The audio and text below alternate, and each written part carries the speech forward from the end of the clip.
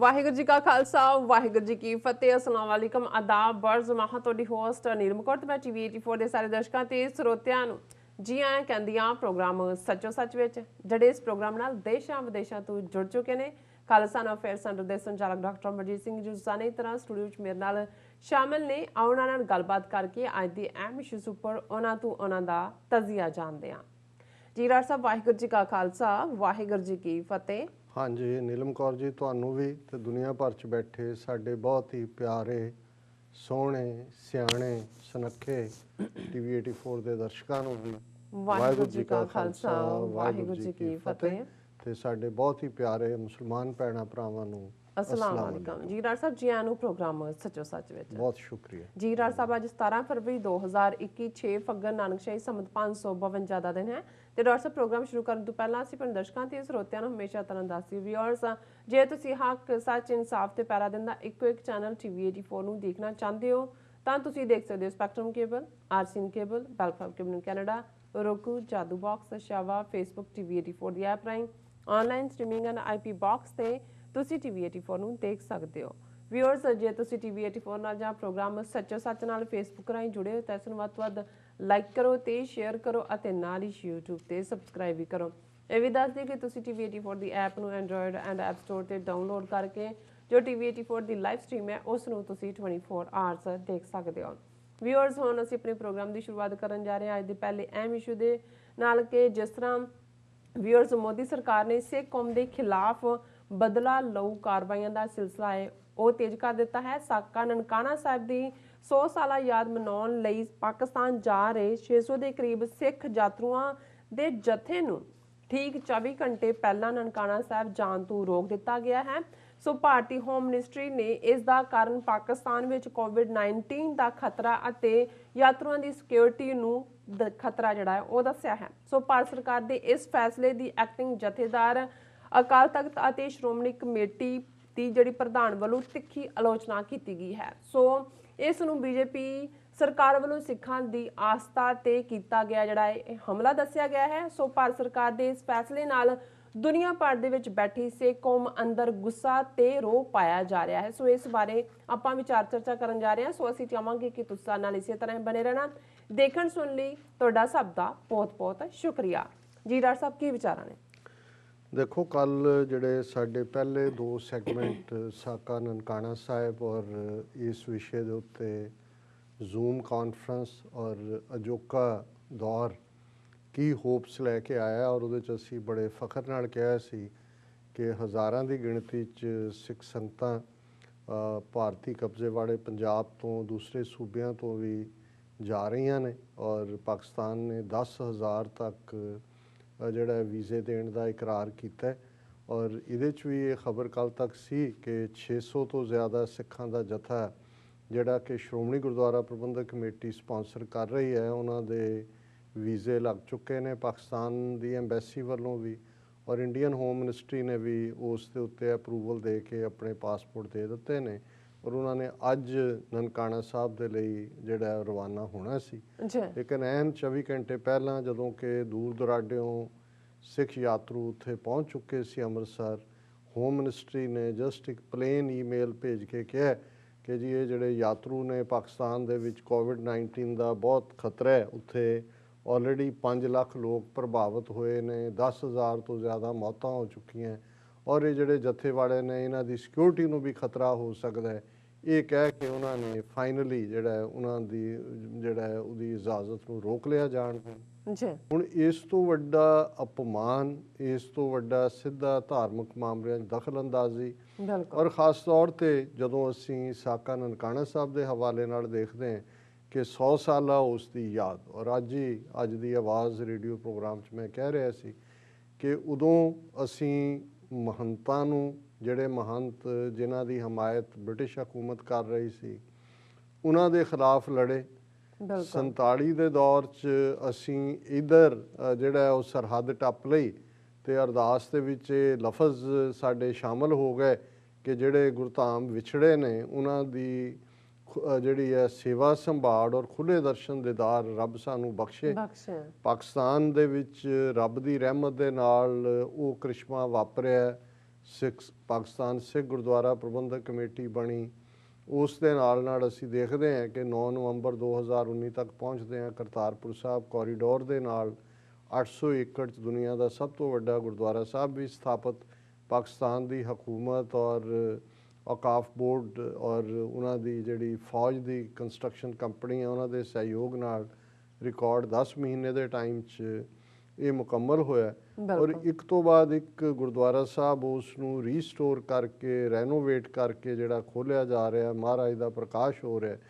ਪਰ ਇੱਕ ਪਾਸੇ ਤਾਂ 74 ਸਾਲ ਤੋਂ ਅਸੀਂ ਇੱਧਰ ਖੁੱਲ੍ਹੇ ਦਰਸ਼ਨ ਦੀਦਾਰ ਦੀ ਅਰਦਾਸ ਔਰ ਤਾਂਘ ਕਰਦੇ ਸੀ, ਪਰ ਜਦੋਂ ਅੱਜ ਉਹ ਖੁੱਲ੍ਹੇ ਦਰਸ਼ਨ ਦੀਦਾਰ ਔਰ ਤਾਂਘ ਜਿਹੜੀ ਹੈ ਸਾਡੀ ਮੁੱਕੀ, ਉਸ ਦੇ ਦਰਵਾਜ਼ੇ ਖੁੱਲ੍ਹੇ ਤੇ ਜਿਨ੍ਹਾਂ ਦੇ ਨਾਲ ਅਸੀਂ 47 'ਚ ਕਿਸਮਤ ਜੋੜੀ ਸੀ, ਅੱਜ ਉਹ ਸਭ ਤੋਂ ਵੱਡੀ ਰੁਕਾਵਟ ਬਣ ਗਏ ਨੇ ਕਿ ਅਸੀਂ ਆਜ਼ਾਦੀ ਦੇ ਨਾਲ ਪਾਕਿਸਤਾਨ ਦੇ ਆਪਣੇ ਇਤਿਹਾਸਕ ਗੁਰਧਾਮਾਂ, ਆਪਣੇ ਮੱਕਾ ਮਦੀਨਾ, ਨਨਕਾਣਾ ਸਾਹਿਬ, ਕਰਤਾਰਪੁਰ ਸਾਹਿਬ ਦੇ ਦੀਦਾਰ ਵੀ ਨਹੀਂ ਕਰ ਸਕਦੇ। ਹਾਲਾਂਕਿ ਇਹ ਵਰਤਾਰਾ ਤਾਂ ਇਹਨਾਂ ਨੇ ਮਾਰਚ 2020 ਤੋਂ ਸ਼ੁਰੂ ਕੀਤਾ ਹੋਇਆ ਸੀ। ਕਰਤਾਰਪੁਰ ਸਾਹਿਬ ਦੇ ਗੁਰਦੁਆਰਾ ਸਾਹਿਬ ਦੇ ਦਰਸ਼ਨਾਂ ਨੂੰ ਰੋਕ ਦਿੱਤਾ ਗਿਆ ਸੀ ਕੋਵਿਡ-19 ਦੇ ਹਵਾਲੇ ਨਾਲ, ਬਹਾਨੇ ਨਾਲ। ਲੇਕਿਨ ਇਹਦੇ ਬਾਵਜੂਦ ਕਿ ਬਹੁਤ ਕੁਛ ਜਿਹੜਾ ਹੈ ਉਹ ਨਵੰਬਰ ਮਹੀਨੇ ਤੋਂ, ਨਵੰਬਰ 2020 ਤੋਂ ਇਹਨਾਂ ਦੀ ਜਗਨਨਾਥਪੁਰੀ ਹੋਏ, ਵੈਸ਼ਨੋ ਮੰਦਰ ਹੋਏ, ਬਾਕੀ ਸਾਰਾ ਖੋਲ੍ਹਿਆ ਹੋਇਆ ਸੀ। ਔਰ ਐਤਕੀ ਜਦੋਂ ਕਿ ਸਾਕਾ ਨਨਕਾਣਾ ਸਾਹਿਬ ਦੀ ਜਿਹੜੀ ਅਹਿਮੀਅਤ ਆਪਣੇ ਆਪ 'ਚ ਵੀ ਇੱਕ ਹਿਸਟੋਰੀਕਲ ਇਵੈਂਟ ਹੈ, ਔਰ ਇਸ ਨੂੰ ਜਦੋਂ ਕਲੀਅਰੈਂਸ ਹੋਈ ਔਰ ਆਲਰੇਡੀ ਇੰਡੀਅਨ ਹੋਮ ਮਿਨਿਸਟਰੀ ਦੀ ਕਲੀਅਰੈਂਸ ਤੋਂ ਬਾਅਦ ਹੀ ਜਿਹੜੇ ਨੇ ਉਹ ਵੀਜ਼ੇ ਲੱਗੇ। ਲੇਕਿਨ ਐਨ ਮੌਕੇ 'ਤੇ ਜਿਹੜਾ ਰੋਕਣਾ ਹੈ ਇਹ ਇੱਕ ਰਿਵੈਂਜ ਜਿਹੜਾ ਮੋਦੀ ਸਰਕਾਰ ਦਾ, ਔਰ ਅਸੀਂ ਇਹ ਦੇਖਾਂਗੇ ਕਿ ਕਿਵੇਂ ਜਿਹੜੀ ਇਹਨਾਂ ਨੇ ਨੀਤੀ ਸਿੱਖਾਂ ਨੂੰ ਸਬਕ ਸਿਖਾਉਣ ਦੀ ਹੁਣ ਬਣਾਈ ਹੈ। ਔਰ RSS ਦੇ ਗ੍ਰਾਸ ਰੂਟ ਦੇ ਉੱਤੇ ਜਿਹੜੇ ਵਰਕਰ ਨੇ ਇਸ ਦੇ ਉੱਤੇ ਕੰਮ ਕਰ ਰਹੇ ਨੇ। ਕੱਲ੍ਹ ਹੀ ਦਿੱਲੀ ਤੋਂ ਜਿਹੜਾ ਇਹ ਖਬਰ ਵੀ ਸੀ ਕਿ ਪੁਲਿਸ ਦੀ ਯੂਨੀਫਾਰਮ ਦੇ ਵਿੱਚ ਬੰਦੇ ਜਿਹੜੇ ਨੇ ਉਹ RSS ਦੇ ਨੇ ਜਾਂ ਪੁਲਿਸ ਨੇ ਡੁਪਲੀਕੇਟ ਰੱਖੇ ਹੋਏ ਨੇ। ਉਹ ਸਿੱਖ ਘਰਾਂ 'ਚ, ਮਹੱਲਿਆਂ 'ਚ ਦੂਜੇ ਤੀਜੇ ਜਾ ਕੇ ਉਹਨਾਂ ਦੀ ਡੀਟੇਲ ਪੁੱਛ ਰਹੇ ਨੇ ਕਿ ਜੀ ਕਿੰਨੇ ਬੰਦੇ ਘਰ 'ਚ ਨੇ, ਕੌਣ ਕੀ ਕਰਦਾ ਹੈ, ਕੌਣ ਕਦੋਂ ਆਉਂਦਾ ਹੈ, ਕੌਣ ਕਦੋਂ ਜਾਂਦਾ ਹੈ। ਔਰ ਜਿਹੜੇ ਉਸ ਏਰੀਏ ਦੇ ਸਿੱਖ ਐਕਟਿਵਿਸਟ ਨੂੰ ਜਦੋਂ ਪਤਾ ਲੱਗਾ, ਉਹਨਾਂ ਨੇ ਇੱਕਦਮ ਪੁਲਿਸ ਥਾਣੇ ਦੇ ਨਾਲ ਜਿਹੜਾ SHO ਨਾਲ ਰਾਬਤਾ ਕੀਤਾ ਔਰ SHO ਨੇ ਕਿਹਾ ਜੀ ਅਸੀਂ ਕੋਈ ਪੁਲਿਸ ਟੀਮ ਨਹੀਂ ਭੇਜੀ ਜਿਹੜੀ ਕਿ ਇਸ ਕਿਸਮ ਦਾ ਕੋਈ ਜਿਹੜਾ ਹੈ ਉਹ ਡਾਟਾ ਇਕੱਠਾ ਕਰ ਰਹੀ ਹੈ। ਸੋ ਜ਼ਾਹਰ ਹੈ ਵੀ ਜਾਂ ਪੁਲਿਸ ਡਿਨਾਇਲ 'ਚ ਹੈ, ਉਹਨਾਂ ਨੇ ਆਲਰੇਡੀ RSS ਦੇ ਨਾਲ, ਕਿਉਂਕਿ ਜੋ ਕੁਝ ਸਿੰਘੂ ਬਾਰਡਰ 'ਤੇ ਹੋਇਆ ਉਹਦੇ 'ਚ ਵੀ ਅਸੀਂ ਦੇਖਿਆ ਕਿ ਪੁਲਿਸ ਉਹਦਾ ਹਿੱਸਾ ਸੀ। ਔਰ ਜੋ ਨਵੰਬਰ 84 'ਚ ਹੋਇਆ ਜਾਂ ਉਸ ਤੋਂ ਬਾਅਦ ਮੁਸਲਮਾਨਾਂ ਦੇ ਖਿਲਾਫ ਜੋ ਜਦੋਂ ਟਰੰਪ ਦਿੱਲੀ 'ਚ ਡਿਨਰ ਕਰ ਰਿਹਾ ਸੀ, ਜੋ ਹੋ ਰਿਹਾ ਸੀ, ਉਹ ਪੁਲਿਸ ਤਾਂ ਉਹਨਾਂ ਦੀ, ਕਿਉਂਕਿ ਈਵਨ ਦਿੱਲੀ ਦੀ ਪ੍ਰੋਵਿੰਸ਼ੀਅਲ ਸਰਕਾਰ ਦੇ ਥੱਲੇ ਨਹੀਂ ਹੈ, ਲਾਅ ਐਂਡ ਆਰਡਰ ਦੇ ਨਾਂ ਥੱਲੇ directly home ministry Amit Shah ਔਰ ਇਹੀ ਮਰਡਰਰ ਜਿਹੜਾ 2002 ਦੇ ਵਿੱਚ ਗੁਜਰਾਤ 'ਚ ਹੋਮ ਮਿਨਿਸਟਰ ਸੀ ਜਦੋਂ ਹਜ਼ਾਰਾਂ ਮੁਸਲਮਾਨਾਂ ਦਾ ਕਤਲੇਆਮ ਹੋਇਆ, ਔਰ ਇਹੀ ਮੋਦੀ ਜਿਹੜਾ ਇਹ ਚੀਫ ਮਿਨਿਸਟਰ ਸੀ। ਸੋ ਇਹ ਆਲਰੇਡੀ ਇਕੱਲਾ ਦੰਗਾ ਐਕਸਪਰਟ ਹੀ ਨਹੀਂ ਨੇ, ਇਹ ਮਾਸ ਮਰਡਰਰ ਨੇ। ਔਰ ਇਹਨਾਂ ਨੂੰ ਪਤਾ ਹੈ ਕਿ ਜਿਹੜਾ ਬਲੱਡ ਹੈ ਕਿਵੇਂ ਸਪਿਲ ਕਰਨਾ ਹੈ, ਉਹਦੇ ਲਈ ਕੀ ਜਿਹੜੀ ਹੈ ਘੇਰਾਬੰਦੀ, ਪੇਸ਼ਬੰਦੀ, ਪ੍ਰਚਾਰ। ਔਰ ਫਿਰ ਜੇ ਦਿੱਲੀ ਦੇ ਵਿੱਚ ਮੁਸਲਮਾਨਾਂ ਦੇ ਖਿਲਾਫ ਵਾਇਲੈਂਸ ਹੁੰਦੀ ਹੈ ਤੇ ਅੱਜ 100 ਤੋਂ ਜ਼ਿਆਦਾ ਕੇਸਾਂ 'ਚ ਉਹਨਾਂ ਨੂੰ ਵੀ ਫਸਾਇਆ ਹੋਇਆ ਕਿ ਜੀ ਆਹ ਵੱਡੀ ਸਾਜ਼ਿਸ਼ ਕੀਤੀ, ਇਹ ਜਿਹੜਾ ਸ਼ਾਹੀਨ ਬਾਗ ਸਾਜ਼ਿਸ਼, ਔਰ ਉਹਦੇ 'ਚ ਉਹਨਾਂ ਨੇ ਜਵਾਹਰ ਲਾਲ ਨਹਿਰੂ ਯੂਨੀਵਰਸਿਟੀ ਦੇ ਸਟੂਡੈਂਟ, ਜਾਮੀਆ ਮਿਲੀਆ ਇਸਲਾਮੀਆ ਯੂਨੀਵਰਸਿਟੀ ਦੇ ਔਰ ਇਨੋਸੈਂਟ ਜਿਹੜੇ ਲੋਕ ਨੇ ਉਹਨਾਂ ਨੂੰ ਲਗਾਤਾਰ ਜਿਹੜਾ ਉਹਨਾਂ ਦੇ ਕਰੀਅਰ ਖਤਮ ਕਰ ਦਿੱਤੇ ਨੇ ਸਟੂਡੈਂਟਸ ਦੇ, ਉਹਨਾਂ ਦੇ ਉੱਤੇ UAPA ਲਾਇਆ ਹੋਇਆ। ਹੁਣ ਇਹੀ ਕਹਾਣੀ 26 ਜਨਵਰੀ ਦੇ ਹਵਾਲੇ ਨਾਲ ਇਹ ਨੈਰੇਟਿਵ, ਔਰ ਜਿਹੜਾ ਅਸੀਂ ਇਹ ਦੇਖਿਆ ਕਿ ਜਿਹਦੇ ਵਿੱਚ ਗ੍ਰੈਟਾ ਥਨਬਰਗ ਔਰ ਜਿਵੇਂ ਜਿਹੜੀ ਹੈ ਉਸ 22 ਸਾਲਾ ਬੱਚੀ ਬੰਗਲੁਰੂ ਦੀ ਜਿਹੜੀ ਜਿਹਦਾ ਕੋਈ ਲਾਗਾ ਦੇਗਾ ਨਹੀਂ ਹੈ, ਹੁਣ ਇਹਨਾਂ ਦਾ ਮੀਡੀਆ ਸੈਲੇ ਪ੍ਰਚਾਰ ਕਰ ਰਿਹਾ ਜੀ ਇਹ ਤਾਂ ਈਸਾਈ ਹੈ ਔਰ ਇਹਨਾਂ ਦਾ ਸਬੰਧ ਇੱਥੇ, ਔਰ ਉਹ ਪਹਿਲਾਂ ਜਿਹੜੀ ਹੈ ਅਸੀਂ ਰਿਕਾਰਡ ਕੱਢੇ ਨੇ, ਇਹ ਤਾਂ ਬੜੀ ਵੱਡੀ ਸਾਜ਼ਿਸ਼। ਔਰ ਕਿਸੇ ਨਾਮ ਨਿਹਾਦ ਪੋਲੀਟੀਕਲ ਜਿਹੜੀ ਹੈ ਜਸਟਿਸ ਫਾਊਂਡੇਸ਼ਨ ਦੇ ਨਾਂ ਨਾਲ ਜੋੜ ਕੇ ਕਿ ਜੀ ਉਹ ਖਾਲਿਸਤਾਨੀ ਜਥੇਬੰਦੀ ਔਰ 70 ਤੋਂ ਜ਼ਿਆਦਾ ਜਿਹੜੇ ਨੇ ਉਹ ਟੈਲੀਕਾਨਫਰੰਸ ਸ਼ਾਮਲ ਹੋਏ ਔਰ ਉਹਦੇ 'ਚ ਟੂਲ ਕਿਟ ਦੇ ਵਿੱਚ ਖਾਲਿਸਤਾਨੀ ਜਿਹੜਾ ਮਟੀਰੀਅਲ ਪਰੋਸਿਆ ਗਿਆ ਔਰ ਇੰਟਰਨੈਸ਼ਨਲ ਸਾਜ਼ਿਸ਼। ਹੁਣ ਉਸ ਸਾਰੇ ਦੇ ਨਾਲ ਜੋੜ ਕੇ ਜਿਹੜੀ ਇਸ ਵੇਲੇ ਬਹੁਤਿਆਂ ਨੂੰ ਲੱਗਦਾ ਹੈ ਕਿ ਵੀ ਹੁਣ ਤਾਂ ਸਿੰਘੂ ਬਾਰਡਰ, ਗਾਜ਼ੀਪੁਰ ਜਾਂ ਟਿਕਰੀ 'ਚ ਚੁੱਪਚਾਪ ਨਹੀਂ, ਪੁਲਿਸ ਲਗਾਤਾਰਤਾ ਦੇ ਨਾਲ ਬੰਦਿਆਂ ਨੂੰ ਚੁੱਕ ਰਹੀ ਹੈ। ਦਿੱਲੀ ਵਿੱਚੋਂ ਵੀ ਕੱਲ੍ਹ ਵੀ ਸੀ ਕਿ ਜੀ ਇੱਕ ਸਿੱਖ ਜਿਹੜਾ 2 ਹੱਥਾਂ ਨਾਲ ਕਿਰਪਾਨ ਚਲਾਉਂਦਾ ਸੀ ਲਾਲ ਕਿਲੇ ਦੇ ਸਾਹਮਣੇ, ਉਹਨੂੰ ਚੁੱਕਿਆ, ਉਹਦੇ ਘਰੋਂ ਇੰਨੀਆਂ ਤਲਵਾਰਾਂ। ਔਰ ਬਾਅਦ 'ਚ ਆਇਆ ਕਿ ਉਹ ਗੱਤਕਾ ਦਾ ਸ਼ੌਕੀਨ ਨੌਜਵਾਨ ਜਿਹੜਾ ਦਿੱਲੀ ਦੇ ਵਿੱਚ ਗੱਤਕੇ ਦੀ ਜਿਹੜਾ ਉਹ ਨੌਜਵਾਨਾਂ ਨੂੰ ਟ੍ਰੇਨਿੰਗ ਦਿੰਦਾ ਸੀ।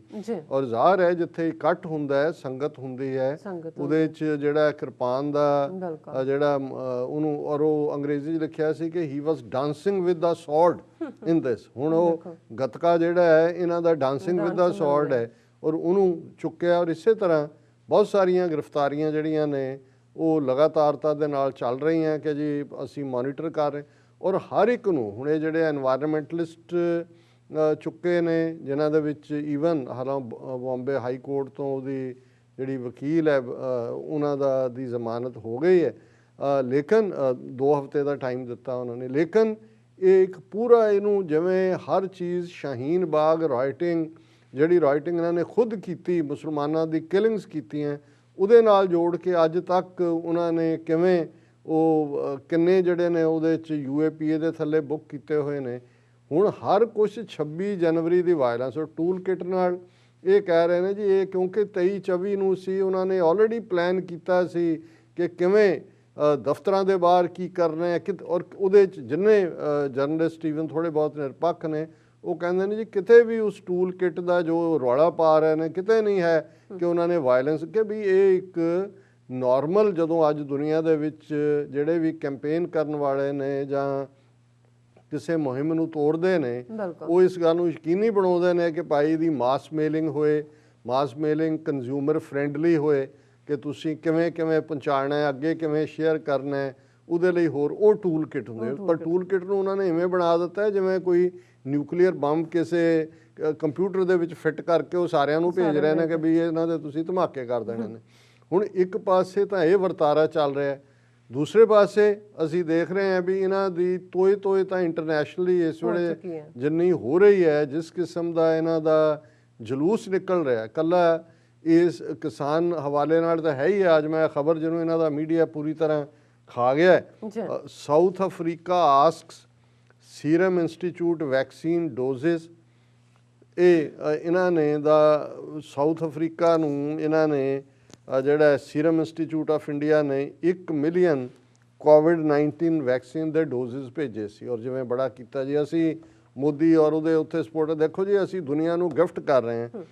South Africa has asked Serum Institute of India to take back 1 million COVID-19 vaccine doses the company had sent in early February. Economic Times reported on Tuesday, a week after the country said it will put on hold use of AstraZeneca's shot in its vaccination program. ਹੁਣ 1 million ਡੋਜ਼ਿਸ ਇਹਨਾਂ ਨੇ south Africa ਨੂੰ ਭੇਜੇ ਸੀ। ਉਹਨਾਂ ਨੇ ਕਿਹਾ ਕਿ ਜੀ ਅਸੀਂ ਦੇਖਿਆ ਬਿਲਕੁਲ ਇਫੈਕਟਿਵ ਨਹੀਂ ਹੈਗੇ ਔਰ ਇਹ ਤੁਸੀਂ ਵਾਪਸ ਲਓ। ਔਰ ਉਹਨਾਂ ਨੇ ਇਹ ਕਿਹਾ ਅਜੇ ਪਿਛਲੇ ਵੀਕ ਹੀ ਆਏ ਤਾਂ 5 ਲੱਖ ਅਜੇ ਹੋਰ ਆਣੇ ਸੀ, ਉਹਨਾਂ ਨੇ ਕਿਹਾ ਉਹ ਕੋਲ ਹੀ ਰੱਖੋ, ਤਾਂ ਮਿਲੀਅਨ ਵੀ ਵਾਪਸ ਚੁੱਕੋ। ਔਰ ਨਾਲ ਦੀ ਨਾਲ ਉਹਨਾਂ ਨੇ ਕਿਹਾ ਕਿ ਭਾਈ ਅਸੀਂ ਜਿਹੜਾ ਹੈ ਜੌਨਸਨ ਐਂਡ ਜੌਨਸਨ ਦੀ ਜਿਹੜੀ ਵੈਕਸੀਨ ਹੈ, ਜਿਹੜੀ ਕਿ ਕੋਵਿਡ-19 ਵੈਕਸੀਨੇਸ਼ਨ ਪ੍ਰੋਗਰਾਮ 'ਚ ਇਫੈਕਟਿਵ ਹੈ, has decided to start vaccinating health workers with Johnson and Johnson vaccine in the form of an implementation study with researchers। ਉਹਨਾਂ ਨੇ ਦੇਖਿਆ, ਉਹਨਾਂ ਨੇ ਕਿਹਾ ਤੁਹਾਡੀ ਤਾਂ ਨਾ ਹੈ ਹੀ ਨਹੀਂ, ਇਹਦੇ 'ਚ ਇਫੈਕਟਿਵਨੈਸ ਹੀ ਨਹੀਂ ਹੈ, ਕੋਈ ਰਿਸਰਚ ਹੀ ਨਹੀਂ ਕੀਤੀ ਹੋਈ।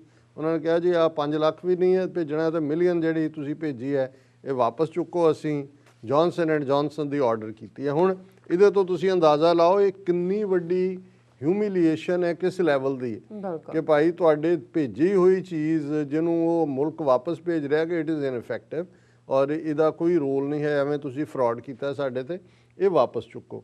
ਦੂਸਰੇ ਪਾਸੇ ਅਸੀਂ ਦੇਖ ਰਹੇ ਹਾਂ ਕਿ ਕਿਵੇਂ ਇਹਨਾਂ ਨੇ ਜੋ ਕੁਛ ਵਿਦਨ ਦਾ ਕੰਟਰੀ ਚੱਲ ਰਿਹਾ, ਕਿਉਂਕਿ Amnesty international, human rights watch, ਇਹ ਸਾਰੀਆਂ ਜਥੇਬੰਦੀਆਂ ਹਿਊਮਨ ਰਾਈਟਸ ਦੀਆਂ ਆਵਾਜ਼ ਚੁੱਕਦੀਆਂ ਨੇ। ਇਹਨਾਂ ਦੀਆਂ ਰਿਲਾਇਬਲ ਜਥੇਬੰਦੀਆਂ ਨੇ, ਇਹਨਾਂ ਦੀਆਂ ਰਿਪੋਰਟਸ ਦੇ ਉੱਤੇ ਗੌਰਮੈਂਟ ਸੈਕਟ ਕਰਦੀਆਂ। ਔਰ ਇਹ ਖਬਰ ਹੈ ਕਿ ED ਜਿਹੜਾ ਕਿ ਐਨਫੋਰਸਮੈਂਟ ਡਾਇਰੈਕਟੋਰੇਟ ਹੈ, attaches over ₹17 crore assets of Amnesty International on money laundering charges.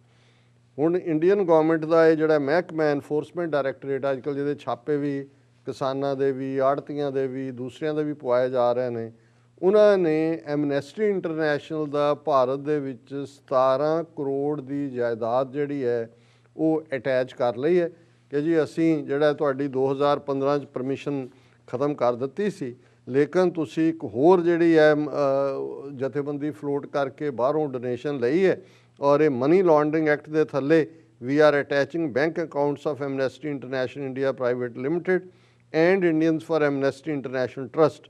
ਉਹਨਾਂ ਨੇ ਕਿਹਾ ਕਿ ਜੀ ਇਹ both the entities have acquired the proceeds of crime and layered the same in the form of various movable properties ਔਰ ਤੁਹਾਡੀ 17.66 ਕਰੋੜ ਦੀ ਜਿਹੜੀ ਪ੍ਰੋਪਰਟੀ ਹੈ ਇਹ ਅਸੀਂ ਅਟੈਚ ਕਰ ਰਹੇ ਹਾਂ।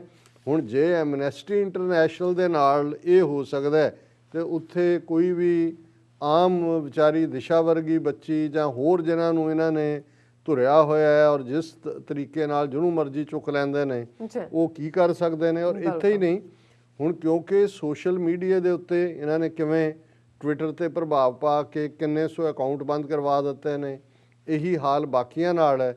ਔਰ ਸੁਪਰੀਮ ਕੋਰਟ 'ਚ ਇੰਡੀਆ ਦਾ ਜਿਹੜਾ ਮੇਨ ਇਹਨਾਂ ਦਾ ਅਟਰਨੀ ਜਨਰਲ ਹੈ ਉਹ ਉੱਥੇ ਕਹਿ ਰਿਹਾ social media is an uncontrollable medium and can destabilise society.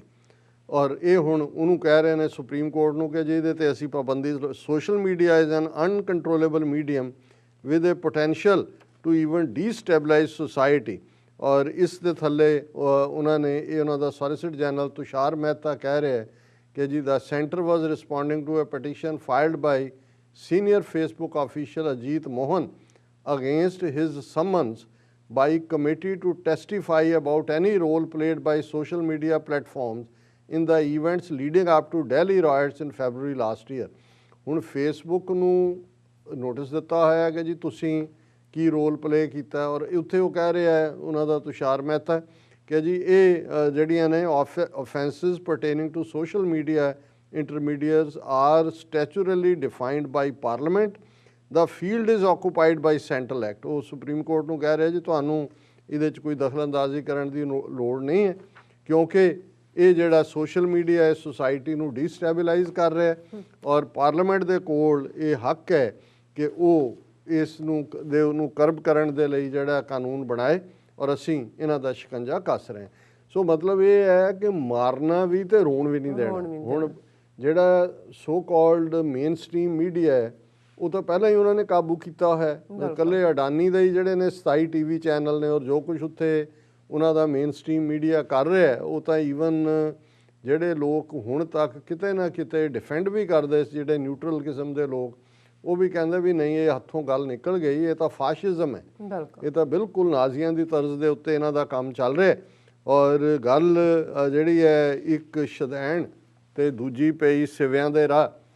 ਹੁਣ ਕਿ ਇੱਕ ਪਾਸੇ ਤਾਂ ਇਹਨਾਂ ਦਾ ਵੈਸੇ ਜਲੂਸ ਨਿਕਲ ਰਿਹਾ ਸੀ ਔਰ ਹੁਣ ਜਦੋਂ ਪੰਜਾਬ ਦੇ ਵਿੱਚ ਮਿਊਨਿਸਪਲ ਕਾਰਪੋਰੇਸ਼ਨਸ ਜਿਹੜੀਆਂ 7 ਨੇ ਟੋਟਲ ਮਿਊਨਿਸਪਲ ਕਮੇਟੀਜ਼ ਜਿਨ੍ਹਾਂ ਨੂੰ ਨਗਰ ਪੰਚਾਇਤਾਂ ਵੀ ਕਹਿੰਦੇ ਨੇ ਜਾਂ ਮਿਊਨਿਸਪਲ ਕੌਂਸਲਸ ਕਹਿੰਦੇ ਨੇ ਜਿਨ੍ਹਾਂ ਦੀ ਗਿਣਤੀ 109 ਹੈ, ਇਹਨਾਂ ਸਾਰਿਆਂ ਦੇ ਜਿਹੜੇ ਨਤੀਜੇ ਆਏ ਨੇ ਔਰ ਬੀਜੇਪੀ ਜਿਹੜੀ ਆ ਉਹ ਲੱਭੀ ਨਹੀਂ ਹੈ ਕਿਤੇ ਔਰ ਕਾਂਗਰਸ ਨੇ ਕਲੀਨ ਸਵੀਪ ਕੀਤਾ ਔਰ ਇਸ ਵੇਲੇ ਸਿਰਫ ਇੱਕ ਮੋਹਾਲੀ ਮਿਊਨਿਸਪਲ ਕਾਰਪੋਰੇਸ਼ਨ ਦੀ ਗਿਣਤੀ ਨਹੀਂ ਕੱਲ੍ਹ ਹੋਣੀ ਹੈ ਤੇ ਜਿਹੜੀਆਂ 7 ਚੋਂ 6 ਆਲਰੇਡੀ ਕਾਂਗਰਸ ਨੇ ਜਿੱਤੀਆਂ ਔਰ ਇਸੇ ਤਰ੍ਹਾਂ ਜਿਹੜੀਆਂ 109 ਮਿਊਨਿਸਪਲ ਕੌਂਸਲਸ ਔਰ ਨਗਰ ਪੰਚਾਇਤਾਂ ਨੇ ਉਹਨਾਂ ਚੋਂ 351 ਵਾਰਡਾਂ ਚੋਂ 271 ਵਾਰਡ ਕਾਂਗਰਸ ਨੇ ਜਿੱਤੇ ਨੇ। ਬਾਦਲ ਦਲ ਨੂੰ ਸਿਰਫ 31 ਮਿਲੇ ਨੇ, ਆਮ ਆਦਮੀ ਪਾਰਟੀ ਨੂੰ 9 ਤੇ ਬੀਜੇਪੀ ਨੂੰ 20। ਹੁਣ ਇਸ ਗੱਲ ਦਾ ਧਿਆਨ ਰਹੇ ਕਿ ਵੀ ਗੱਲ ਇਕੱਲੀ ਇਹ ਨਹੀਂ ਹੈ ਜੇ ਤਾਂ ਪੰਚਾਇਤਾਂ ਦੀਆਂ ਚੋਣਾਂ ਹੁੰਦੀਆਂ ਨੇ ਉਹਦੇ 'ਚ ਬੀਜੇਪੀ ਗਾਇਬ ਹੁੰਦੀ ਹੈ, ਸਮਝ ਆ ਸਕਦੀ ਹੈ ਕਿਉਂਕਿ ਪਿੰਡਾਂ ਦੇ ਵਿੱਚ ਮੈਜੋਰਿਟੀ ਪਾਪੂਲੇਸ਼ਨ ਸਿੱਖ ਹੈ। ਹੁਣ ਹਾਲ ਇਹ ਹੈ ਕਿ ਈਵਨ ਇਹਨਾਂ ਦੇ ਸ਼ਹਿਰਾਂ ਦੇ ਵਿਚਲਾ ਜਿਹੜਾ ਹਿੰਦੂ ਵੀ ਹੈ ਉਹ ਵੀ ਅਦਰਵਾਈਜ਼ ਉਹ ਤਾਂ ਹਮੇਸ਼ਾ ਉਹਨਾਂ ਨੇ ਹੀ ਕਾਂਗਰਸ ਨੂੰ ਵੋਟ ਪਾਈ ਹੈ ਤਾਂ ਹੀ ਕਾਂਗਰਸ ਦਾ ਜਿੱਤਣਾ ਸਾਡੇ ਲਈ ਤਾਂ ਉਹੀ। ਅੱਜ ਇੰਗਲੈਂਡ ਤੋਂ ਸਾਡੇ ਇੱਕ ਵੀਰ ਕਾਲ ਕਰਦੇ ਹੁੰਦੇ ਨੇ, ਮੈਂ ਕਿਹਾ ਜੀ ਸਾਡੀ ਹਾਲਤ ਤਾਂ ਬਿਟਵੀਨ ਦਾ ਰੌਕ ਐਂਡ ਦਾ ਸੀ ਹੈ। ਜੀ ਇੱਕ ਪਾਸੇ ਚਟਾਨ ਨਾਲ ਖਾ ਕੇ ਟੱਕਰ ਮਰੋ, ਦੂਜੇ ਪਾਸੇ ਸਮੁੰਦਰ 'ਚ ਡੁੱਬੋ। ਡੁੱਬੋ। ਵੀ ਲੈ ਦੇ ਕੇ ਹੁਣ ਕਈ ਤਾਂ ਸੈਲੀਬ੍ਰੇਟ ਕਰ ਰਹੇ ਜੀ ਹਾਰ ਗਏ, ਪਰ ਜਿੱਤਿਆ ਕੌਣ ਹੈ? ਕਿਉਂਕਿ ਇਹ ਤਾਂ ਉਹੀ ਮਿਊਜ਼ੀਕਲ ਚੇਅਰਸ ਵਾਂਗੂ ਇਹਨਾਂ ਦਾ ਮੈਚ ਹੈ, ਔਰ ਅਮਰਿੰਦਰ ਵੀ ਅਜੀਤ ਡੈਵਲ ਦੀ ਖੇਡ ਹੀ ਖੇਡ ਰਿਹਾ। ਲੇਕਿਨ ਇੱਕ ਗੱਲ ਜ਼ਾਹਰ ਹੈ, ਔਰ ਈਵਨ ਗੁਰਦਾਸਪੁਰ ਜਿੱਥੋਂ ਸੰਨੀ ਦਿਓਲ ਰਿਪਰੈਜ਼ੈਂਟ ਕਰਦਾ ਹੈ, ਇੱਕ ਵੀ ਸੀਟ ਬੀਜੇਪੀ ਨੂੰ ਨਹੀਂ ਮਿਲੀ। ਔਰ ਬਠਿੰਡਾ ਜਿਹੜੀ ਹਰਸਿਮਰਤ ਕੌਰ ਔਰ ਬਾਦਲਾਂ ਦਾ ਗੜ੍ਹ ਹੈ, ਉਹ ਵੀ ਉਹਨਾਂ ਨੇ ਮਿਊਨਿਸਪਲ ਕਾਰਪੋਰੇਸ਼ਨ ਹਾਰੀ ਹੈ। ਸੋ ਮਤਲਬ ਇਹ ਹੈ ਵੀ ਇਸ ਵੇਲੇ ਇਹਦੇ 'ਚ ਤਾਂ ਕੋਈ ਸ਼ੱਕ ਨਹੀਂ ਹੈ ਕਿ ਇਹਦੇ 'ਚ, ਕਿਉਂਕਿ ਇਹ ਸ਼ਹਿਰੀ ਹਿੰਦੂ ਦਾ ਬੀਜੇਪੀ ਤੋਂ ਬਦਜ਼ਨ ਹੋਣਾ, ਇਹਦਾ ਇੱਕ ਵੱਡਾ ਕਾਰਨ ਇਹ ਵੀ ਹੈ ਕਿ ਹੌਲੀ ਹੌਲੀ ਉਹਨਾਂ ਨੂੰ ਇਹ ਗੱਲ ਵੀ ਸਮਝ ਆ ਰਹੀ ਹੈ ਕਿਤੇ ਨਾ ਕਿਤੇ ਕਿ ਹੁਣ ਤੱਕ ਜਿਹਨੂੰ ਕਿਸਾਨ ਲਹਿਰ ਹੀ ਕਿਹਾ ਜਾ ਰਿਹਾ ਹੈ, ਜਾਂ ਅੰਬਾਨੀ, ਅਡਾਨੀ ਔਰ ਪਤੰਜਲੀ ਦਾ ਜ਼ਿਕਰ ਹੁੰਦਾ ਹੈ ਕਿ ਜੀ ਇਹ ਕੰਟਰੈਕਟ ਫਾਰਮਿੰਗ ਥੱਲੇ ਜ਼ਮੀਨਾਂ ਲੈ ਲੈਣਗੇ ਔਰ ਬਾਅਦ ਦੇ ਵਿੱਚ ਕਰਨਗੇ। ਹੁਣ ਇਸ ਤਿੰਨੋਂ ਜਿਹੜੇ ਖੇਤੀਬਾੜੀ ਐਕਟ ਨੇ, ਉਹਨਾਂ 'ਚੋਂ ਇੱਕ ਐਕਟ ਜਿਹੜਾ ਹੈ ਉਹ ਤਾਂ ਹੈ ਹੀ ਹੋਰਡਿੰਗ ਦੇ ਉੱਤੇ ਹੈ ਕਿ ਭਾਈ ਉਹ ਅੱਗੇ ਜਿਹੜੀਆਂ ਐਸੈਂਸ਼ੀਅਲ ਕਮੋਡਿਟੀਜ਼ ਸੀ, ਕੋਈ ਗੰਢੇ ਨੇ, ਕੋਈ ਲਸਣ ਹੈ, ਕੋਈ ਪਿਆਜ਼ ਹੈ, ਕੋਈ ਤੇਲ ਹੈ, ਕੋਈ ਦੂਜਾ ਹੈ, ਉਹ ਵੀ ਖਤਮ ਕਰ ਦਿੱਤਾ ਉਹਦੇ 'ਚੋਂ। ਉਹਨਾਂ ਦੇ ਉੱਤੇ ਕੋਈ ਰੈਸਟ੍ਰਿਕਸ਼ਨ ਨਹੀਂ ਹੋਏਗੀ ਕਿ ਭਾਈ ਉਹ ਜਿੰਨਾ ਮਰਜ਼ੀ ਇਕੱਠਾ ਕਰ ਲੈਣ। ਤੇ ਮੇਰਾ ਖਿਆਲ ਹੈ ਵੀ ਇਹ ਸ਼ਹਿਰੀ ਕੰਜ਼ਿਊਮਰ, ਕਿਉਂਕਿ ਸ਼ਹਿਰਾਂ ਦੇ ਵਿੱਚ ਬਹੁਤੇ ਮਿਡਲ ਕਲਾਸ ਨੇ, ਇਹ ਸਮਝ ਆਣੀ ਸ਼ੁਰੂ ਹੋਈ ਹੈ ਕਿ ਜਦੋਂ ਇੱਕ ਵਾਰ ਇਹ ਲਾਗੂ ਜਿਹੜੇ ਇਹਨਾਂ ਨੇ ਕਰ ਦੇਣੇ ਨੇ, ਫਿਰ 20 ਰੁਪਏ ਦੀ ਚੀਜ਼ 200 ਰੁਪਏ 'ਚ ਮਿਲੇਗੀ। ਉਹ ਤਾਂ ਕੰਜ਼ਿਊਮਰ ਜਿਹੜਾ ਇਸ ਐਂਡ ਤੇ ਤਾਂ ਪ੍ਰੋਡਿਊਸਰ ਹੈ, ਉਹ ਸਫਰ ਕਰੇਗਾ ਹੀ ਕਰੇਗਾ। ਕਿਸਾਨ ਬਾਰੇ ਤਾਂ ਬਹੁਤ ਕੁਛ ਆ ਰਿਹਾ ਵੀ ਇਹ ਜ਼ਮੀਨਾਂ ਜਦੋਂ ਇਹਨਾਂ ਦੀਆਂ ਹੋਣਗੀਆਂ ਪ੍ਰਾਈਵੇਟ ਸੈਕਟਰ 'ਚ ਕੀ ਹੋਏਗਾ, ਲੇਕਿਨ ਅਜੇ ਤੱਕ ਕਿਤੇ ਬਹੁਤਾ ਜ਼ਿਕਰ ਨਹੀਂ ਹੋਇਆ ਕਿ ਭਾਈ ਇਨ ਦਾ ਐਂਡ ਵੱਡਾ ਹਿੱਸਾ ਤਾਂ ਜੇ 50% ਦੇ ਕਰੀਬ ਲੋਕ ਕਿਰਸਾਨੀ ਨਾਲ ਸੰਬੰਧਿਤ ਨੇ, ਜਿਨ੍ਹਾਂ ਦਾ ਰੋਟੀ ਰੋਜ਼ੀ ਉਹਦੇ ਨਾਲ ਜੁੜੀ ਹੋਈ ਹੈ, ਤੇ ਜਿਨ੍ਹਾਂ ਤੱਕ ਬਾਕੀ ਪਹੁੰਚਾਉਣਾ ਹੈ, ਬਾਕੀ 50% ਉਹ ਤਾਂ ਕੰਜ਼ਿਊਮਰ ਨੇ। ਉਹਨਾਂ ਕੋਲ ਬੇਸ਼ੱਕ ਜ਼ਮੀਨਾਂ ਨਾ ਹੋਣ, ਪਰ ਇਨ ਦਾ ਐਂਡ ਜਦੋਂ ਉਹਨਾਂ ਨੇ ਬਾਜ਼ਾਰ 'ਚ ਲੈਣ ਜਾਣਾ ਹੈ, ਔਰ ਜਿਹੜੇ ਵਪਾਰੀਆਂ ਦੇ ਹਵਾਲੇ ਚੀਜ਼ਾਂ ਕੀਤੀਆਂ ਹੋਈਆਂ ਨੇ, ਉਹ ਜਿਹੜਾ ਮਰਜ਼ੀ ਉਸ ਦਾ ਮੁੱਲ ਜਿਹੜਾ ਉਹ ਵਸੂਲਣਗੇ। ਸੋ ਮੈਂ ਸਮਝਦਾ ਵੀ ਇਹ ਜਿਹੜਾ ਸ਼ਹਿਰੀ ਵੋਟਰ ਹੈ, ਉਹਨੇ ਵੀ ਬੀਜੇਪੀ ਦੇ ਉੱਤੇ ਇਹ ਦਿਖਾਇਆ, ਔਰ ਇਹਦੇ 'ਚ ਵੀ ਕੋਈ ਸ਼ੱਕ ਨਹੀਂ ਹੈ ਕਿ ਉਹਨਾਂ ਨੂੰ ਹੁਣ ਬੀਜੇਪੀ ਦੇ ਹਰਿਆਣਾ, ਰਾਜਸਥਾਨ, ਵੈਸਟਰਨ ਯੂਪੀ ਜਿਹੜੇ ਸੈੱਲ ਨੇ ਉਹ ਐਕਟਿਵ ਕੀਤੇ ਨੇ, ਦੌੜ ਭੱਜ। ਉਹਨਾਂ ਨੂੰ ਲੱਗਦਾ ਹੈ ਵੀ ਜਾਟ ਵੋਟਰ ਔਰ 40-50 ਸੀਟਾਂ ਯੂਪੀ ਦੀਆਂ ਇਲੈਕਸ਼ਨਾਂ ਨੇ ਅਗਲੇ ਪੀਰੀਅਡ 'ਚ, ਔਰ ਉਸ ਸਾਰੇ ਨੂੰ ਬਚਾਉਣ ਦਾ। ਲੇਕਿਨ ਇਹ ਚੋਣ ਨਤੀਜਿਆਂ ਤੋਂ ਬਾਅਦ ਔਰ ਇਸ ਤੋਂ ਪਹਿਲਾਂ, ਕਿਉਂਕਿ ਇੰਟਰਨੈਸ਼ਨਲੀ ਸਿੱਖਾਂ ਦਾ ਪ੍ਰੈਸ਼ਰ ਬਰਾਬਰ ਬਿਲਟ ਹੋਇਆ ਆਰਟੀਕਲ ਈਵਨ ਜਿਵੇਂ ਅਸੀਂ ਇਕਨੋਮਿਕ ਟਾਈਮਸ ਦੇ ਹਵਾਲੇ ਨਾਲ ਵੀ ਕਿਹਾ, ਦੂਸਰੇ ਮੈਗਜ਼ੀਨ 'ਚ ਵੀ ਕਿਸਾਨਾਂ ਨੂੰ ਲੈ ਕੇ ਆਏ ਨੇ, ਅਸੀਂ ਆਉਣ ਵਾਲੇ ਦਿਨਾਂ 'ਚ ਡਿਸਕਸ ਕਰਾਂਗੇ। ਔਰ ਇਹ ਜਿਹੜਾ ਹੁਣ ਉਹਨਾਂ ਨੇ ਹੁਣ ਜੇ 600 ਤੋਂ ਜ਼ਿਆਦਾ ਨੂੰ ਹੋਮ ਮਿਨਿਸਟਰੀ ਨੇ ਪਹਿਲਾਂ ਕਲੀਅਰੈਂਸ ਦੇ ਦਿੱਤੀ, ਹੁਣ ਆਲ ਆਫ ਏ ਸਡਨ ਕੀ ਹੋ ਗਿਆ? 24 ਘੰਟੇ ਪਹਿਲਾਂ ਇਹ ਕਹਿ ਕੇ ਕਿ ਜੀ ਕੋਵਿਡ-19 ਉੱਥੇ ਬਹੁਤ ਔਰ ਕੋਈ ਪਾਕਿਸਤਾਨ 'ਚ ਲਾਈਫ ਨਾਰਮਲ ਹੈ, ਰਾਦਰ ਪਾਕਿਸਤਾਨ ਨੇ ਮੱਚ ਬੈਟਰ ਤਰੀਕੇ ਨਾਲ ਹੈਂਡਲ ਕੀਤਾ ਇਹਨੂੰ ਦੈਨ ਇੰਡੀਆ ਦੇ। ਫਿਰ ਕਿ ਜੀ ਉਹਨਾਂ ਦੀ ਜਿਹੜੀ ਹੈ ਸਿਕਿਉਰਿਟੀ ਨੂੰ ਖਤਰਾ ਹੈ। ਉਹ ਖਤਰਾ ਤਾਂ ਤੁਸੀਂ ਜੋ ਉੱਥੇ ਲੱਖਾਂ ਕਿਸਾਨ ਨੇ, 200 ਤੋਂ ਜ਼ਿਆਦਾ ਉਹਨਾਂ 'ਚ ਵਿਚਾਰੇ ਰੱਬ ਨੂੰ ਪਿਆਰੇ ਹੋ ਗਏ ਨੇ, ਔਰ ਤੁਸੀਂ ਜੋ ਕੁਛ ਉਹਨਾਂ ਦੇ ਨਾਲ ਕਰ ਰਹੇ ਹੋ ਲਗਾਤਾਰਤਾ ਦੇ ਨਾਲ। ਲੇਕਿਨ ਮੈਨੂੰ ਇਹ ਲੱਗਦਾ ਵੀ ਜਿਵੇਂ ਅਸੀਂ ਕੱਲ੍ਹ ਵੀ ਡਿਸਕਸ ਕੀਤਾ ਸੀ ਕਿ ਪਾਕਿਸਤਾਨ ਨੇ ਉਸ 21 ਫਰਵਰੀ ਵਾਲੇ ਦਿਨ ਹੀ ਜਿਹੜਾ ਉਹ ਸਿੱਖ ਮੈਰਿਜ ਐਕਟ, ਸਿੱਖ ਪਰਸਨਲ ਲਾਅ ਜਿਹੜੇ ਆਲਰੇਡੀ ਜਿਹੜਾ ਸਿੱਖ ਮੈਰਿਜ ਐਕਟ ਪੰਜਾਬ ਅਸੈਂਬਲੀ ਨੇ ਪਾਸ ਕੀਤਾ ਹੋਇਆ, ਉਹਦੇ ਥੱਲੇ ਪ੍ਰੋਪਰ ਰਜਿਸਟ੍ਰੇਸ਼ਨ ਔਰ ਸਿੱਖ ਜੋੜੀਆਂ ਦਾ ਵਿਆਹ। ਔਰ ਇਹ ਬੜੇ ਮਾਣ ਨਾਲ ਅਸੀਂ ਕਿਹਾ ਸੀ ਕਿ ਪਾਕਿਸਤਾਨ ਦੁਨੀਆ ਦਾ ਪਹਿਲਾ ਦੇਸ਼ ਬਣਨ ਜਾ ਰਿਹਾ ਹੈ ਜਿਹੜਾ ਕਿ ਸਿੱਖਾਂ ਨੂੰ ਅੱਡ ਪਰਸਨਲ ਲਾਅ ਔਰ ਅੱਡ ਮੈਰਿਜ ਐਕਟ ਦੇ ਰਿਹਾ। ਸੋ ਮੈਨੂੰ ਇਹ ਲੱਗਦਾ ਵੀ ਇਹਨਾਂ ਦੀਆਂ ਸਿਕਿਉਰਿਟੀ ਏਜੰਸੀਆਂ ਨੇ ਬਹਿ ਕੇ ਹਿਸਾਬ ਕਿਤਾਬ ਜਿਹਾ ਲਾਇਆ ਕਿ ਵੀ ਇਹ ਤਾਂ ਆਲਰੇਡੀ 3 ਮਹੀਨੇ ਲਈ ਅਜੇ ਖੁੱਲ੍ਹਿਆ ਸੀ ਕਰਤਾਰਪੁਰ ਕੋਰੀਡੋਰ, ਨਵੰਬਰ 2019 ਤੋਂ ਮਾਰਚ 2020 ਤੱਕ, ਤੇ ਹੇਠਲੀ ਉੱਤੇ ਆ ਗਏ।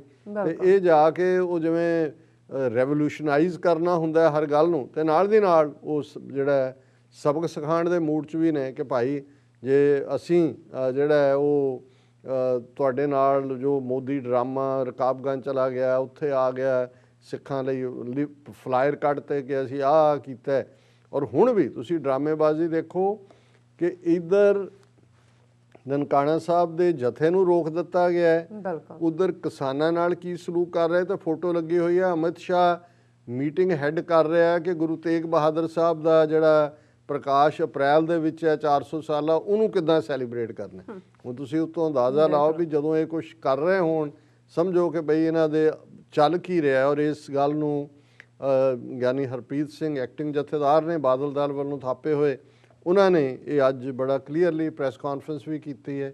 ਸ਼੍ਰੋਮਣੀ ਕਮੇਟੀ ਪ੍ਰੈਜ਼ੀਡੈਂਟ ਜਗੀਰ ਕੌਰ, ਜਿਨ੍ਹਾਂ ਦੇ ਨਾਲ ਐਗਜ਼ੈਕਟਿਵ ਕਮੇਟੀ ਵੀ ਸੀ, ਉਹਨਾਂ ਨੇ ਵੀ ਕਰਕੇ, ਔਰ ਗਿਆਨੀ ਹਰਪ੍ਰੀਤ ਸਿੰਘ ਹੋਰਾਂ ਨੇ ਕਿਹਾ ਕਿ ਸਰਕਾਰ ਵੱਲੋਂ ਸਿੱਖਾਂ ਦੀ ਆਸਥਾ 'ਤੇ ਕੀਤਾ ਗਿਆ ਹਮਲਾ। ਔਰ ਉਹਨਾਂ ਨੇ ਕਿਹਾ ਕਿ ਭਾਰਤ ਦੀ ਬੀਜੇਪੀ ਸਰਕਾਰ ਵੱਲੋਂ ਨਨਕਾਣਾ ਸਾਹਿਬ ਵਿਖੇ 100 ਸਾਲਾ ਸ਼ਤਾਬਦੀ ਮਨਾਉਣ ਜਾ ਰਹੇ ਜਥੇ 'ਤੇ ਲਗਾਈ ਪਾਬੰਦੀ ਸਿੱਖਾਂ ਦੀ ਆਸਥਾ 'ਤੇ ਹਮਲਾ। ਸਿੱਖ ਜਥੇ 'ਤੇ ਰੋਕ ਲਗਾ ਕੇ ਭਾਰਤ ਸਰਕਾਰ ਨੇ ਸਿੱਖ ਭਾਵਨਾਵਾਂ ਦਾ ਕੀਤਾ ਕਤਲ। ਬੀਬੀ ਜਗੀਰ ਕੌਰ, ਇਹ ਦੋਨਾਂ ਦੀਆਂ ਸਟੇਟਮੈਂਟਾਂ ਟੁਗੈਦਰ ਨੇ।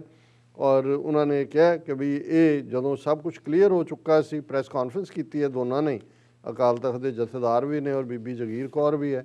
ਉਹਨਾਂ ਨੇ, ਬੀਬੀ ਜਗੀਰ ਕੌਰ ਨੇ ਕਿਹਾ ਕਿ ਸਾਰੀਆਂ ਤਿਆਰੀਆਂ ਮੁਕੰਮਲ ਹੋਣ 'ਤੇ ਆਖਰੀ ਮੌਕੇ ਜਥੇ 'ਤੇ ਰੋਕ ਲਗਾਉਣੀ ਭਾਰਤ ਸਰਕਾਰ ਦੀ ਸਿੱਖ ਵਿਰੋਧੀ ਜ਼ਹਿਨੀਅਤ ਦਾ ਸਬੂਤ ਹੈ। ਉਹਨਾਂ ਕਿਹਾ ਕਿ ਅੱਜ ਬਾਅਦ ਦੁਪਹਿਰ ਭਾਰਤ ਦੇ ਹੋਮ ਮੰਤਰਾਲੇ ਵੱਲੋਂ ਭੇਜੇ ਪੱਤਰ ਵਿੱਚ ਕਿਹਾ ਗਿਆ ਹੈ ਕਿ ਪਾਕਿਸਤਾਨ ਵਿਖੇ ਸ਼ਰਧਾਲੂਆਂ ਦੀ ਸਿਕਿਉਰਿਟੀ ਤੇ ਸੁਰੱਖਿਆ ਦਾ ਮਾਮਲਾ ਹੈ ਅਤੇ ਮਾਰਚ 2020 ਤੋਂ ਕੋਵਿਡ-19 ਦੇ ਚਲਦਿਆਂ ਭਾਰਤ ਪਾਕਿਸਤਾਨੀ ਕੌਮਾਂਤਰੀ ਸਰਹੱਦ ਵੀ, ਹੁਣ ਜਦੋਂ ਤੁਸੀਂ ਵੀਜ਼ੇ ਦਿੱਤੇ ਨੇ, ਉਹਨਾਂ ਦੀ ਕਲੀਅਰੈਂਸ ਕੀਤੀ ਹੈ, ਉਦੋਂ ਵੀ ਸਭ ਕੁਝ ਉਹ ਤਾਂ ਸਾਰੇ ਪਹੁੰਚ ਚੁੱਕੇ ਸੀ ਅੰਮ੍ਰਿਤਸਰ। ਉਹਨਾਂ ਨੇ ਸਵੇਰੇ ਜਿਹੜਾ ਉਹ ਬੱਸਾਂ ਤਿਆਰ ਖੜੀਆਂ ਸੀ। ਔਰ ਉਹਨਾਂ ਨੇ, ਬੀਬੀ ਜਗੀਰ ਕੌਰ ਨੇ ਕਿਹਾ ਕਿ ਇਹ ਤਰਕ ਕਿਸੇ ਤਰ੍ਹਾਂ ਵੀ ਜਾਇਜ਼ ਨਹੀਂ, ਕਿਉਂਕਿ ਪਿਛਲੇ ਨਵੰਬਰ ਮਹੀਨੇ ਵਿੱਚ ਵੀ ਸਿੱਖ ਸ਼ਰਧਾਲੂਆਂ ਦਾ ਜਥਾ ਪਾਕਿਸਤਾਨ ਸਥਿਤ ਗੁਰਧਾਮਾਂ ਦੀ ਯਾਤਰਾ ਕਰਕੇ ਆਇਆ। ਕਿ ਨਵੰਬਰ ਦੇ ਵਿੱਚ ਤਾਂ ਜਾ ਕੇ ਆਇਆ ਜਥਾ, ਗੁਰੂ ਨਾਨਕ ਸਾਹਿਬ ਦਾ ਗੁਰਪੁਰਬ 501ਵਾਂ। ਜੇਕਰ ਉਸ ਵਕਤ ਕੋਈ ਖਤਰਾ ਨਹੀਂ ਸੀ ਤਾਂ ਹੁਣ ਖਤਰਾ ਕਿਵੇਂ ਪੈਦਾ ਹੋ ਗਿਆ। ਬੀਬੀ ਜਗੀਰ ਕੌਰ ਨੇ ਕਿਹਾ ਕਿ ਜੇ ਇਸ ਕਿਸਮ ਦੀ ਕੋਈ ਗੱਲ ਸੀ ਤਾਂ ਜਦੋਂ ਇਹ ਪ੍ਰੋਸੈਸ ਵੀਜ਼ਿਆਂ ਦੀ ਚੱਲ ਰਹੀ ਸੀ, ਉਸ ਦੌਰਾਨ ਭਾਰਤ ਸਰਕਾਰ ਨੇ ਸਾਨੂੰ ਕਿਉਂ ਨਹੀਂ ਦੱਸਿਆ। ਔਰ ਉਹਨਾਂ ਨੇ ਕਿਹਾ ਕਿ ਭਾਰਤ ਦੀ ਸੂਬਾ ਸਰਕਾਰ ਦੀਆਂ ਏਜੰਸੀਆਂ ਵੱਲੋਂ ਇਨਵੈਸਟੀਗੇਸ਼ਨ ਤੋਂ ਬਾਅਦ ਹੀ ਪਾਕਿਸਤਾਨ ਦੀ ਐਮਬੈਸੀ ਨੇ ਵੀਜ਼ੇ ਦਿੱਤੇ ਨੇ। ਹੁਣ ਜਦੋਂ ਤਿਆਰੀਆਂ ਮੁਕੰਮਲ ਨੇ, ਸ਼ਰਧਾਲੂਆਂ ਨੂੰ ਪਾਸਪੋਰਟ ਵੰਡ ਦਿੱਤੇ ਗਏ ਤੇ ਜਥੇ ਦੇ ਜਿਹੜੇ ਯਾਤਰੂ ਪਹੁੰਚ ਚੁੱਕੇ ਨੇ, ਇਹ ਰੋਕ ਲਗਾਉਣੀ ਬੜੀ ਹੈਰਾਨੀਜਨਕ ਹੈ। ਔਰ ਉਹਨਾਂ ਨੇ ਕਿਹਾ ਕਿ ਵੀ ਇਹ ਇੱਕ ਬਹੁਤ ਵੱਡਾ ਸਾਡੇ ਫੇਥ ਦੇ ਉੱਤੇ ਹਮਲਾ ਹੈ। ਔਰ ਇਹ 100 ਸਾਲਾ ਨਨਕਾਣਾ ਸਾਹਿਬ ਦਾ ਸਾਕਾ ਇੱਕ ਇਤਿਹਾਸਕ ਦਿਨ ਸੀ। ਔਰ ਇਸ 'ਤੇ ਜਾਣ ਤੋਂ ਸਿੱਖਾਂ ਨੂੰ ਰੋਕਣਾ, ਇਸ ਨਾਲ ਸਮੁੱਚੇ ਸਿੱਖ ਸੰਗਤਾਂ ਦੇ ਜਜ਼ਬਾਤਾਂ ਨੂੰ ਭਾਰੀ ਠੇਸ ਪਹੁੰਚੀ ਹੈ। ਔਰ ਉਹਦੇ ਨਾਲ ਹੀ ਬਾਕੀ ਵੀ ਜਿਹੜੇ ਐਗਜ਼ੈਕਟਿਵ ਕਮੇਟੀ ਦੇ ਮੈਂਬਰਾਂ ਦੇ ਨਾਂ ਨੇ। ਸੋ ਮੈਂ ਸਮਝਦਾ ਵੀ ਆਉਣ ਵਾਲੇ ਦਿਨਾਂ 'ਚ ਅਸੀਂ ਇਸ ਤੋਂ ਵੀ ਬਦਤਰ ਸਿਚੁਏਸ਼ਨ, ਕਿਉਂਕਿ ਗੱਲ ਕੱਲੀ ਹੁਣ ਨਵੰਬਰ ਦੇ ਵਿੱਚ ਜਥਾ ਜਾ ਕੇ ਆਉਂਦਾ ਹੈ, ਉਹੀ ਕੋਵਿਡ-19 ਹੈ, ਉਹੀ ਸਿਕਿਉਰਿਟੀ ਦਾ ਇਸ਼ੂ ਹੈ, ਕੋਈ ਨਹੀਂ ਹੈ। ਪਰ ਇਸ ਪੀਰੀਅਡ ਦੇ ਵਿੱਚ ਬੇਸ਼ੱਕ ਕਰਤਾਰਪੁਰ ਕੋਰੀਡੋਰ ਬੰਦ ਕੀਤਾ ਹੋਇਆ ਹੈ, ਬੇਸ਼ੱਕ ਅਦਰਵੇ ਹੈ, ਪਰ ਕਿਸਾਨ ਅੰਦੋਲਨ ਦੀ ਸਪੋਰਟ ਦੇ ਵਿੱਚ ਜਿਵੇਂ ਪਾਕਿਸਤਾਨੀ ਆਵਾਮ ਨਿਤਰਿਆ, ਜਿਵੇਂ ਪਾਕਿਸਤਾਨ ਦੇ ਕਲਾਕਾਰ, ਕੁਝ ਜਿਹੜੇ ਬਿਲਕੁਲ ਯੰਗ ਉਭਰਦੇ ਕਲਾਕਾਰ ਪਿੰਡਾਂ 'ਚ ਬੈਠੇ ਹੋਏ, ਉਹਨਾਂ ਨੇ ਜਿਵੇਂ ਆਪਣੇ ਗੀਤ ਦਿੱਤੇ ਨੇ, ਲਿਖੇ ਨੇ ਔਰ ਗਾਏ ਨੇ, ਔਰ ਜਿਵੇਂ ਉਹਨਾਂ ਨੂੰ ਮਿਲੀਅਨਸ ਆਫ ਵਿਊਅਰਸ ਮਿਲੇ ਨੇ। ਸੋ ਜਿਹੜਾ ਵੱਡਾ ਖਤਰਾ ਹੈ, ਇੱਕ ਪਾਸੇ ਉਹ ਸਿੱਖਾਂ ਨੂੰ ਸਬਕ ਸਿਖਾਉਣਾ ਚਾਹੁੰਦੇ ਨੇ, ਦੂਸਰੇ ਪਾਸੇ ਇਹ ਜਿਹੜੀਆਂ ਆਪਸ ਦੇ ਵਿੱਚ ਪਿਆਰ ਦੀਆਂ ਸਾਂਝਾਂ ਪੀੜ੍ਹੀਆਂ ਹੋ ਰਹੀਆਂ ਨੇ, ਇਸ ਦੇ ਉੱਤੇ ਇਹ ਸਿੱਧਾ ਵਾਰ ਹੈ। ਔਰ ਦੁਨੀਆ ਭਰ 'ਚ ਸਿੱਖਾਂ ਵੱਲੋਂ ਇਸ 'ਤੇ ਪ੍ਰੋਟੈਸਟ ਕੀਤਾ ਗਿਆ। ਆਉਣ ਵਾਲੇ ਦਿਨਾਂ 'ਚ ਇਸ ਨਾਲ ਸੰਬੰਧਿਤ ਜੋ ਵੀ ਡੀਟੇਲ ਹੋਈ ਆਪਾਂ ਡਿਸਕਸ ਕਰਾਂਗੇ। ਜੀਰਾ ਸਾਹਿਬ, ਤੁਹਾਡਾ ਬਹੁਤ ਬਹੁਤ ਸ਼ੁਕਰੀਆ, ਤੁਸੀਂ ਆਪਣੇ ਵਿਚਾਰ ਸਾਡੇ ਦਰਸ਼ਕਾਂ ਨਾਲ ਸਾਂਝੇ ਕੀਤੇ ਨੇ। ਆਸ ਕਰਦੇ ਹਾਂ ਕਿ ਸਾਡੇ ਦਰਸ਼ਕਾਂ ਨੂੰ ਪਸੰਦ ਆਏ ਹੋਣਗੇ। ਸੋ ਇੱਥੇ ਲੈਣੇ ਬ੍ਰੇਕ। ਬ੍ਰੇਕ ਤੋਂ ਪਹਿਲਾਂ ਅਸੀਂ ਆਪਣੇ ਦਰਸ਼ਕਾਂ ਤੇ ਸਰੋਤਿਆਂ ਨੂੰ ਅਪੀਲ ਤੇ ਬੇਨਤੀ ਕਰਦੀ ਵਿਊਅਰਸ, ਜਿਸ ਤਰ੍ਹਾਂ ਕਿ ਤੁਸੀਂ ਜਾਣਦੇ ਹੋ ਕਿ TV84 ਇੱਕ ਪੰਥਕ ਚੈਨਲ ਹੈ ਔਰ TV84 ਦੀ ਚੜ੍ਹਦੀ ਕਲਾ ਲਈ ਵੱਧ ਤੋਂ ਵੱਧ ਡੋਨੇਟ ਕਰੋ। ਡੋਨੇਟ ਕਰਨ ਲਈ ਸਾਡੀ ਵੈਬਸਾਈਟ TV84.tv ਤੇ ਜਾ ਕੇ ਪੇਪਲ ਦੀ ਵਰਤੋਂ ਕਰਕੇ ਵਨ ਟਾਈਮ ਡੋਨੇਟ ਕਰ ਸਕਦੇ ਹੋ, ਮੰਥਲੀ ਡੋਨੇਟ ਵੀ ਕਰ ਸਕਦੇ ਹੋ। ਤੁਸੀਂ ਡੋਨੇਟ ਕਰਨ ਲਈ ਬੈਂਕ ਅਕਾਊਂਟ, ਜ਼ੈਲ, ਹਰ ਕਿਸਮ ਦਾ ਕ੍ਰੈਡਿਟ ਕਾਰਡ, ਡੈਬਿਟ ਕਾਰਡ ਦੀ ਵੀ ਵਰਤੋਂ ਕਰ ਸਕਦੇ ਹੋ। ਤੁਸੀਂ TV84 ਦੇ ਨਾਮ ਤੇ ਚੈੱਕ ਬਣਾ ਕੇ ਸਾਨੂੰ ਮੇਲ ਵੀ ਕਰ ਸਕਦੇ ਹੋ ਸਾਡੇ ਇਸ ਪਤੇ ਤੇ 36-01 37th Avenue, ਲੌਂਗਲੈਂਡ ਸਿਟੀ, ਨਿਊਯਾਰਕ 11101 USA, ਜਾਂ ਫਿਰ ਤੁਸੀਂ ਸਾਨੂੰ ਫੋਨ ਰਾਹੀਂ ਵੀ ਸੰਪਰਕ ਕਰ ਸਕਦੇ ਹੋ ਸਾਡੇ ਫੋਨ ਨੰਬਰ ਤੇ 5166191984। ਤੁਸੀਂ ਸਾਨੂੰ ਈਮੇਲ ਵੀ ਕਰ ਸਕਦੇ ਹੋ support@tvreport.tv ਤੇ। ਅਸੀਂ ਤੁਹਾਡੇ ਤਹਿ ਦਿਲ ਤੋਂ ਸ਼ੁਕਰਗੁਜ਼ਾਰ ਹੋਵਾਂਗੇ। ਸੋ ਇੱਥੇ ਲੈਂਦੇ ਹਾਂ ਬ੍ਰੇਕ। ਵਿਊਅਰਸ ਤੁਸੀਂ ਨਾਲ ਇਸੇ ਤਰ੍ਹਾਂ ਹੀ ਬਣੇ ਰਹਿਣਾ। ਮਿਲਦੇ ਹਾਂ ਆਫਟਰ ਦਿਸ ਸ਼ਾਰਟ ਬ੍ਰੇਕ।